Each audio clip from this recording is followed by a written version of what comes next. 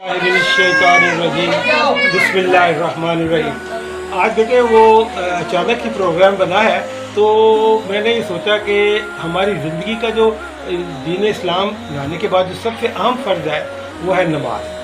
कहते हैं रोज़े महशर के जहाँ गुदाबूज अव्वली पुरसश नमाज हो। पहला सवाल जो होगा महशर के दिन नमाज का ही होगा। और अल्लाह ताला ने कहा है वाक़ीमुस्सलाता वला तकूनु मिनल मुशरिकीन, यानी जो नमाज नहीं पढ़ता वो मुशरिक की हद को कुफराना हद तक पहुँच जाता है। तो मैं इसके मुतालिक आपको नहायत मुख्तसर चीज़ें बताऊँगा। वो ये है कि पहला जो सबसे अहम चीज़ है इसमें वुज़ू है। अबू दाऊद की नबी सल्लल्लाहु अलैहि वसल्लम की हदीस है कि जिसने बिस्मिल्लाह नहीं पढ़ा उसका वुज़ू नहीं, जिसका वुज़ू नहीं उसकी नमाज नहीं। तो बिस्मिल्लाह रहमान का जिक्र चूँकि नहीं है, तो हम जब वुज़ू करेंगे तो बिस्मिल्लाह पढ़ेंगे। बिस्मिल्लाह पढ़ने के बाद में जैसे मैंने अपने बयान में ही बताया था कि सिवाय सर के मसा के बाकी हर चीज़ को एक दफ़ा धोना फ़र्ज़ है और 3 दफ़ा सुन्नत है। एक सूरत कमल करने का 100 शहीदों के बराबर सवाब है, तो सुन्नत करें। तो उसका सबसे तरीका मैं प्रैक्टिकली आपको वुज़ू का बताना चाहता था। वुज़ू ये है कि आपने पानी जो है अक्सर हमारे देखा पानी खोल देते हैं और परवाह नहीं करते, हालांकि एक एक कतरे का अल्लाह मियाँ के सामने जवाब देना है। इसलिए पानी मिनिमम यूज़ करें, सबसे कम हो। और उसका तरीका क्या है, जब पानी खोलें तो बिस्मिल्लाह करके आपने अपने हाथ धोने हैं 3 दफ़ा। उसके बाद में अपनी उंगलियों का मसा करना है। ये सुन्नत है, फर्ज नहीं, लेकिन बस सुन्नत का अमल करेंगे 100 शहीदों का सवाब है। ये करना है 3 दफ़ा। उसके बाद में 2 हदीस है, लेकिन जिसमें ज़्यादा जो जिक्र है बुखारी मुस्लिम अबू दाऊद में, वो ये है कि आपने चुल्लू भर पानी लेना है। उसको करना है कि पानी लेकर आधा पानी लेकर उसके गरारा एक दफ़ा ज़रूर करना है, जो गर्गलिंग करना है। और उसके बाद बकिया पानी को नाक में ले जाकर एक दफ़ा नाक साफ करना है कम अज़ कम। फिर पानी लेना है। इस तरह एक कुछ दूसरी जगह ये भी है, आप 3 दफ़ा करना है। दूसरी जगह ये है कि लोग अलग भी कुली करते हैं और वो भी सही है, लेकिन ज़्यादा सही जो है, जो हदीस में जिक्र है, वो ये कि आधा पानी से आप कुली करें, आधा नाक में पानी डालें और उसके बाद में अपना मुंह जो धोना है आपने पूरा यहाँ से यहाँ तक धोना है। ठीक है जी, 3 दफ़ा। उसके बाद क्या करना है कि आपने अपने हाथों को धोना है। उसका तरीका यह है कि आप ऐसे पानी से 3 दफ़ा, लोग कहते हैं वो डोइये बना के पीते हैं, ये ऐसी हदीस में कोई जिक्र नहीं। आप अपने बाजू को 3 दफ़ा धोएं। उसके बाद में हाथ गीला करके उसके बाद में सर का मसा 1 दफ़ा। उसके क्या है कि आपने इसको सर के बाल को पीछे ले जाना है, यहाँ तक ले जाकर यहाँ तक जाना है, गर्दन तक नहीं जाना। गर्दन का मसा किसी हदीस में साबित नहीं है। उसके बाद में आपने यहाँ से वापस आना है, वापस आके फिर ये 2 शहादत की उंगलियाँ कानों में डाल दी, कानों में डाल के इनका कलाल करके फिर ये अंगूठों के साथ ऐसे करना है आपको बताओ। उसके बाद जो कुछ लोग करते हैं वो जूडो कराटे वाला ये बिल्कुल नहीं है। आप इसके बाद में आपका सर का मसा हो गया, कानों का मसा हो गया। उसके बाद आपने पाँव धोने हैं। पाँव के लिए आपने करना है कि दाएं पाँव पहले करना है, बाएं हाथ की उंगली छोटी है, आपने इनके अंदर से मैल निकालनी है। ये भी सुन्नत है, फर्ज नहीं, लेकिन उसका गलत सवाल है। इसी तरह आपने जब ये किया तो आपने इसका भी बाएं हाथ से ही करना है। तो ये आपका हो गया वुज़ू। मेरे बेटे समझ आ गई वुज़ू की, कोई चीज़ रही तो नहीं। अच्छा, इसके साथ वुज़ू के साथ गुस्ल भी आम चीज़ है। गुस्ल किसी किस्म का हो, पाकीज़गी का हो या दूसरा गुस्ल करना हो, बेटे वो गुस्ल भी सीख ले, क्योंकि गुस्ल के मतलब असर तब्दील जाता है। गुस्ल का आपने तरीका वही करना है, सारा वुज़ू आपने करना है। इसमें एक्सेप्शन दिया है कि आपके सर के बजाय मसा करने बजाय पानी के अंदर कर लें, लेकिन बेहतर यह है कि आप सर पूरा वुज़ू वही करें। उसके बाद में सर पे पानी डालें, फिर दाएं तरफ पानी डालें, फिर बाएं तरफ पानी डालें और उससे आपका वुज़ू हो गया। लेकिन उससे पहले आपने गलाज जो गंदगी दूर करना है, तो प्राइवेट पार्ट्स के ऊपर बाएँ हाथ के साथ साबुन के साथ प्राइवेट पार्ट्स को धोना है। उसके बाद फिर साबुन से अपने आप को धोना है और उसके बाद वुज़ू करना है ये। और उसके बाद में जब आपका वुज़ू हो गया, फिर आप शैम्पू करें, जो मर्जी करें, साबुन लगाएं, जो मर्जी करें, वो आपका गर्मी है आप करें। लेकिन प्रेफर तरीका ये है कि पहले प्राइवेट पार्ट्स को सब गलाजे दूर करें, उसके बाद वुज़ू करें, उसके बाद पूरा करें। लेकिन अगर किसी वजह से अगर आप पहले साबुन लगा के पूरा हो जाते हैं, वो भी जायज़ है।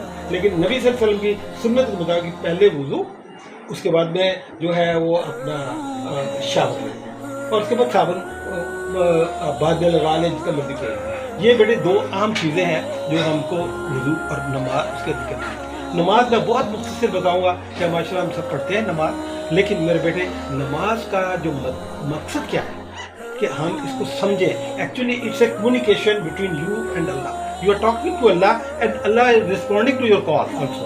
तो उसका आपने क्या करना है कि जब आप नमाज पढ़े तो अल्लाह अकबर कहें, ज़हन में रखें कि ये आपने कहा है कि अल्लाह तू सबसे बड़ा है, तेरे सिवा और कोई है ही नहीं जिसको हम किसके मोहताज हैं, सिर्फ तेरी मदद मांगते हैं। ज़हन में रख के बात करें।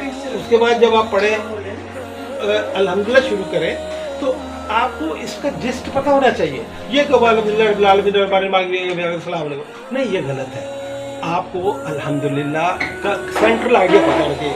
अल्हम्दुलिल्लाह रब्बिल आलमीन, अल्लाह तेरी सब तारीफ, तू इस तारीफ के लायक है। अल्हम्दुलिल्लाह रब्बिल आलमीन अर्रहमानिर रहीम, यार तू ही रहीम है, तू ही रहमान है, हमसे इतने गुनाह यार तू माफ कर दे। इधर में याद रखें, इय्याका नअबुदु व इय्याका नस्तईन, अल्लाह हम सिर्फ और सिर्फ तेरी इबादत करते हैं और ना किसी पीर पे और ना किसी कब्र वाले की पूजा करते हैं। सिर्फ तेरा हुक्म है, किसी की अपनी इबादत नहीं करनी। इय्याका नअबुदु व इय्याका नस्तईन, और सिर्फ तेरी इहदिना सिरातल मुस्तकीम, हम या अल्लाह सीधे रास्ते पे डाल, हम बहुत गुनहगार हैं, गलत रास्तों में पड़े हुए हैं। कौन सा रास्ता है? इहदिना सिरातल मुस्तकीम। कौन सा रास्ता है? सिरातल लज़ीना अनअमता अलैहिम, उन लोगों जिसके तूने इनाम किया। कौन से थे? अंबिया, सहाबा, शुहदा, उनके रास्ते पे चला। यदि आपके ज़हन में ये आइडिया होती है, गैरिल मग़दूब अलैहिम वलद्दालिन, ना उन गैर अगयार पे, ये गैर लोग हैं जिनकी तूने गज़ब किया, वो कौन है? कुफ़ार, यहूद और नसारा जो अल्लाह की बात हुई। तो ये आपको सेंटर में जब पढ़े, और इसी तरह जब आपको सूरत पढ़े तो आपको पता होना चाहिए कि इसका पूरा ना लफ्ज़ गलत तर्जुमा, चूँकि मरबी नहीं आता कोई बात नहीं।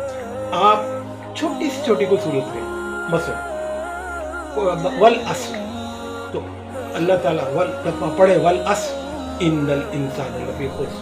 अल्लाह ताला तू सही कहता है, ज़माने की कसम अल्लाह दे रहा है कि इंसान खसारे हैं, लेकिन कौन? इल्लल्लज़ीना आमनू व अमिलुस सालिहात, जिन्होंने अमल किया, अच्छे काम किया, व तवासौ बिल हक़, और हक़ को माना, व तवासौ बिस सब्र, तो उनके लिए जो है सवाब है। तो ये आप कोई भी सूरत पढ़े उसका सेंट्रल आइडिया ज़हन में रखे करें, तो फिर आपको नमाज का लुत्फ़ आएगा। रुकू में जाते हैं, आप कहते हैं अल्लाह अकबर, सुभान रब्बियल अज़ीम, अल्लाह तू सबसे अजीम है, बाकी तेरी अज़मत का कोई मुकाबला नहीं। फिर आप जब खड़े हो तो कहे समी अल्लाहु लिमन हमिदा, इस यकीन के साथ खड़े हो कि अल्लाह ने मेरी समाज जो है तारीफ ये सुन ली है, आप ये कन्फर्म हो जाए।